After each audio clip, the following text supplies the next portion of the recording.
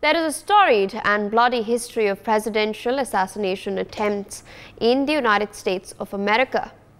Meanwhile, Donald Trump has joined this long list of former holders of the office who have now been threatened with violence. Remember, viewers, 4 U.S. presidents have been assassinated, including Abraham Lincoln, James A. Garfield, William McKinley, and John F. Kennedy. 3 more, including Donald Trump, have been injured in attacks. Other presidents of the United States of America have also been objects of assassination plots that were not carried out in its entirety, usually because the would-be assassins' plans were identified before they were able to be carried out. The last U.S. president to have been injured in an assassination attempt is Ronald Reagan, who was shot outside a hotel in Washington, D.C. in March 1981, shortly after taking office. Gerald Ford was the target of 2 high-profile attempts on his life in the span of 18 days. What do you make of this attack against former President of the United States of America, Donald Trump? And what is your take on the security lapses that have taken place?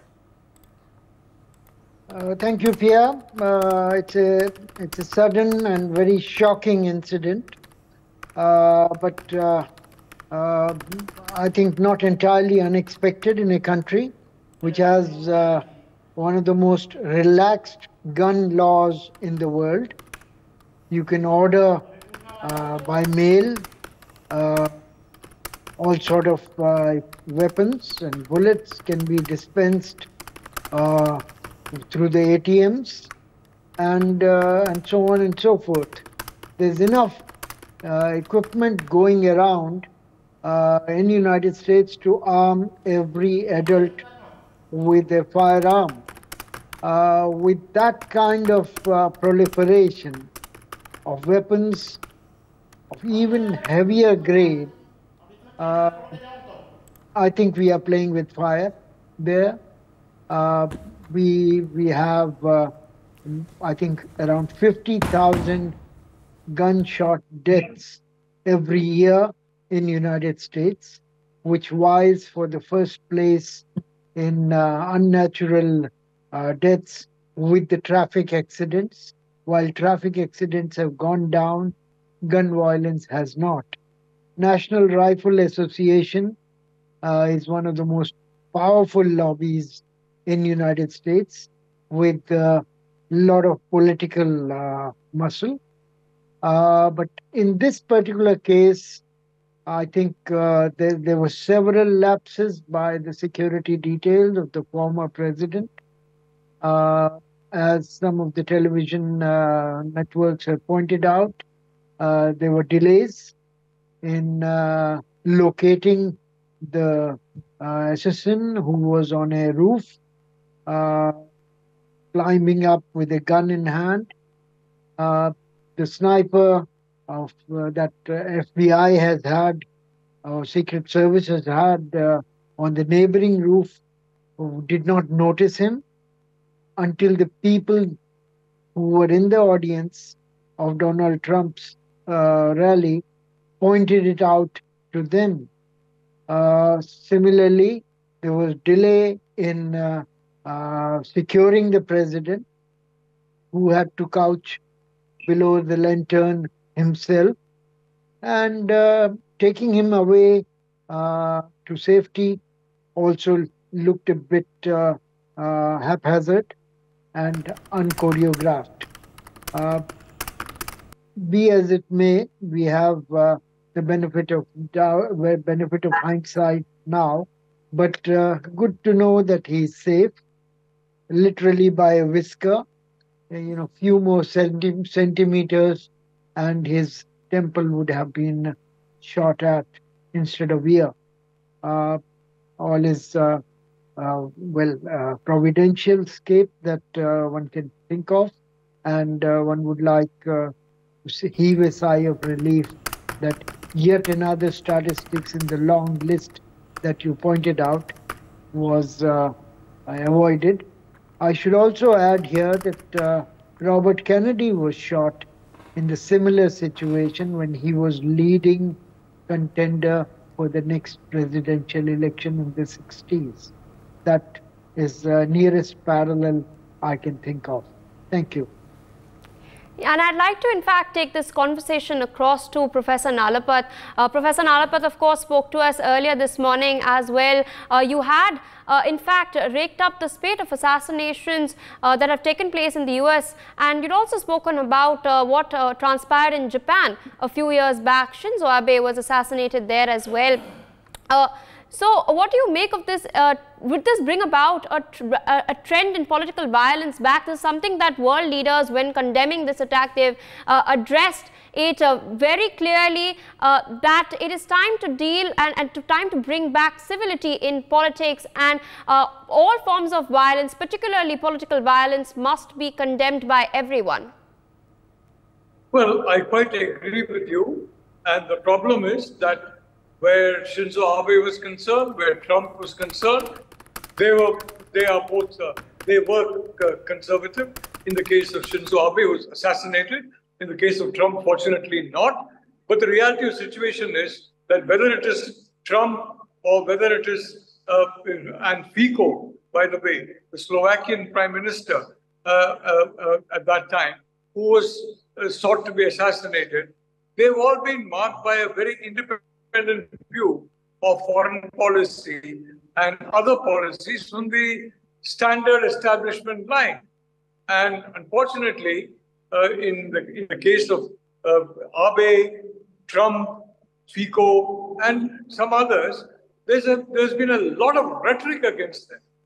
Rhetoric that they're anti-democracy, that they're stifling laws, stifling freedom of speech. And this kind of rhetoric, unfortunately, falls on tens of millions of impressionable young minds. And as the ambassador correctly pointed out, there is an abundance of weapons in the United States. To some extent, Trump is also responsible. He has been opposed to gun laws to serve the lobby of the NRA. And I think he's now paying a price for that. Gun laws are essential. Stricter control of guns is essential. But having said that, I'd like to point out that, you have a motive for such assassination attempts in the form of the kind of strident, vicious personal attacks that are made on leaders who are considered to be right-wing or conservative. And very importantly, who are considered to be standing up to China. Both Trump as well as Shinzo Abe stood up to China. And that was not to the liking of several of the individuals in either Japan or the United States. So you have an abundance of motive, and then you have an abundance of opportunity, because the US is flooded with guns. And therefore, this kind of a very unfortunate event happens. Fortunately, Donald Trump escaped with what I believe to be minor injuries. But as the ambassador says, he was within a very short distance away from death. So I'd like to point out, I think it's time to stop these toxic conversations, to stop saying that your political opponent is, is going to stifle democracy. He's basically against the people of his own country, and various other very abusive terms. I think politics has got to have some kind of a civility in discourse, and political differences of opinion need to be respected and treated as such, and not characterized in the way, for example, Donald Trump has been characterized by so many top leaders of the Democratic Party. Someone who is against the American people, against American democracy, a threat to the American people, a threat to democracy.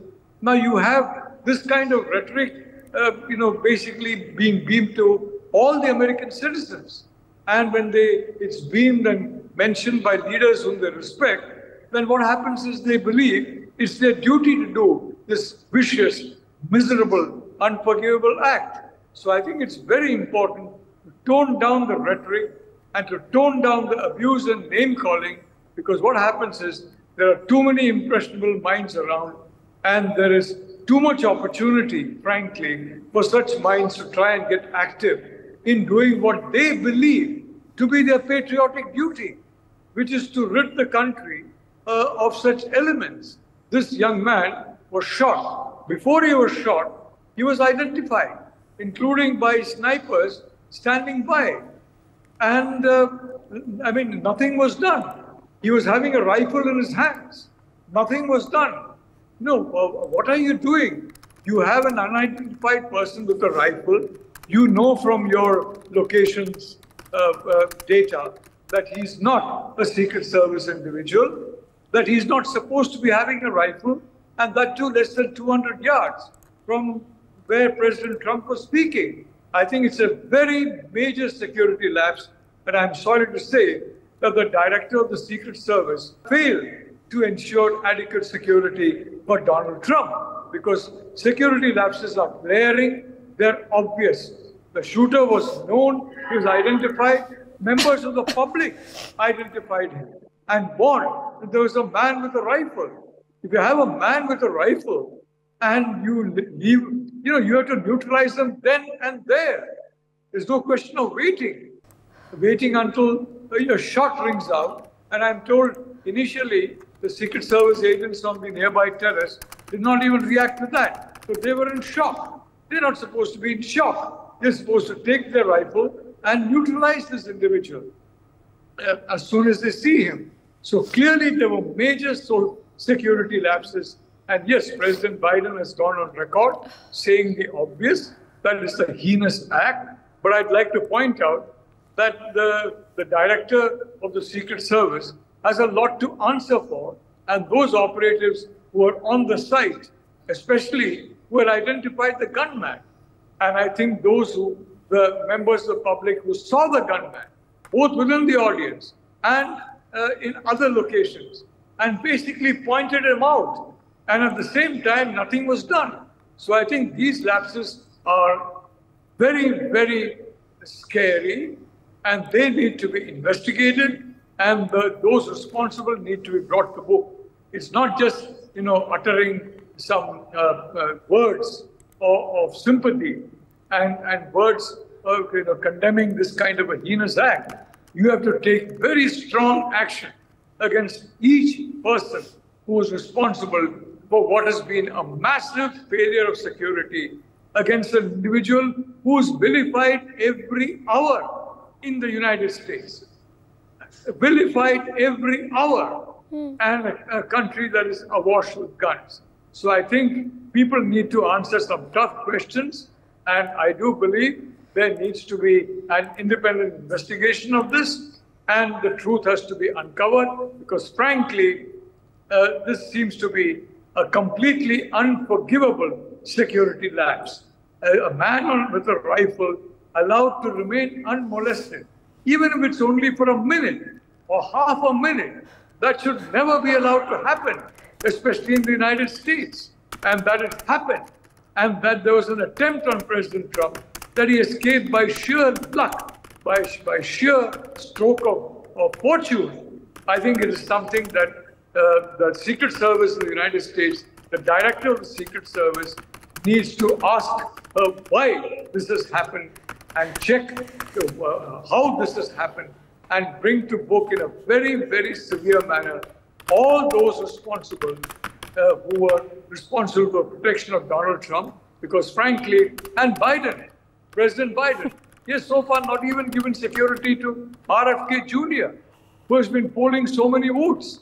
He's leaving him unprotected for months and months and months.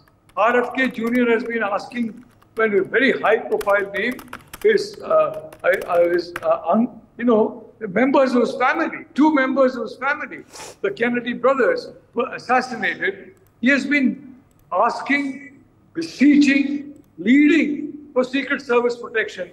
Until now, the Biden administration has not given it to him. What on earth are they waiting for? Are they waiting for another sniper or something like that? This is absurd. He should have been given Secret Service protection as soon as he emerged as a viable candidate, which is about a year ago, frankly. So this is, in my view, this is a sheer negligence And frankly, this is also a result of the name calling, the abuse of conservative politicians, right-wing politicians, so-called, by sections of the media and the political leadership in their countries, and which basically poison the minds of several people about them. And may I remind you, whether it's Trump, whether it's Abe, they share one link, and that link is very strong opposition to the way China has been dumping goods in the United States and building up a huge surplus of hundreds of billions of dollars in the process. Shinzo Abe has, along with Prime Minister Modi, strengthened the Quad. He had been very watchful of China, and unfortunately, he is no more. There's no question that's a loss to the free world. It's a loss to the whole concept of an open, inclusive, and secure Indo-Pacific. And Modi and Abe work very closely together in all these matters. I think, the loss is felt a lot by India because he was a good friend of India. But I'm sorry to say that not all countries share India's view about Shinzo Abe, and not all countries share a positive view about Donald Trump. So having said that, I'd like to point out that this is very, very unfortunate. It's an act of negligence. And if I may say so, the kind of toxic rhetoric that we have been listening to in political conversations in major democracies across the world, I think that should be toned down. Otherwise, this kind of attempt gets made by uninformed, ill-informed individuals, and tragedies are sometimes created as a result. Thank you. Indeed, and I'd like to take one point you had made, particularly with regards to gun violence in the United States, ahead to Group Captain UK Devnath, who's been waiting rather patiently with us. Thank you for speaking to us this afternoon. Interesting statistic is that for every 100 people in the United States, there are about 120 rifles, 120 guns that are there. So it is a problem, and this is something that a lot of leaders across the United States have addressed while they were, of course, condemning Barack Obama in particular, as well as Joe Biden and Kamala Harris. They've gone on to speak about the gun violence and the gun culture in the states as well. We have seen former President Trump be a staunch proponent of the freedom of the American people to carry firearms with them. But what do you think the ramifications of this may be? Yes, Pia, as brought out by earlier speakers also, US has got a very, very funny attitude towards gun control. All the US politicians, presidents, and in particular both the political parties, whether they are from Republican Party or Democrats, have always, in my point of view, misinterpreted the freedom of carrying a gun. The Second Amendment gives them many, many liberties, but it has been extended to a laughable extent, wherein carrying a gun has been enshrined in their constitution.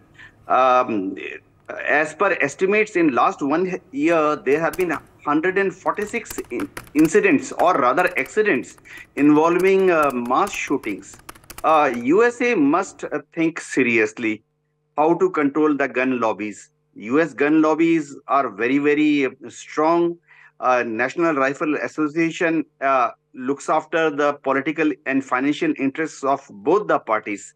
In fact, last year during National Rifle Association's annual convocation, it was addressed by Donald Trump.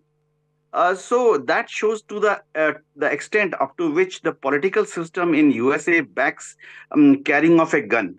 I was in military for 34 years, and I think even in India, our police does not allow carrying of guns even by licensed gun holders to public functions. In USA, it is so easy to purchase a pistol, a revolver, a rifle, even a military grade machine gun.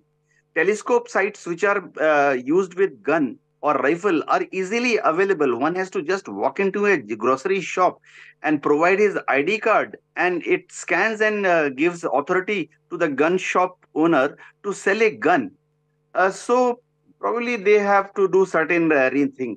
In India, our NSG, SPG, Special Protection Group, provides protection to prime ministers, presidents, ex-prime ministers, their immediate family. We have laid down standard operating procedures wherein bulletproof vehicles and some, if required, if assessment is there, then even the VIP is put behind a bulletproof glass. We ensure that the normal participants who are attending the venue are frisked. Bodily frisking is so rare in USA. In India, we use handheld metal detectors, door frame metal detectors to, sanitize the environment. Tall sanitization of all tall buildings and structures is a standard procedures in India. I think even US security services know it, that they should have sanitized the tall buildings around the venue. We also, I am very sure US security services also does it. We also have spotters in the crowd who sit within the crowd and scan the people for any suspicious carriage of any weapon or suspicious behavior. These people are psychologically trained to spot people with disturbed mindset. I'm sure that US has got a lot of rethinking to do. For more such videos, subscribe to the NewsX YouTube channel, hit the bell icon.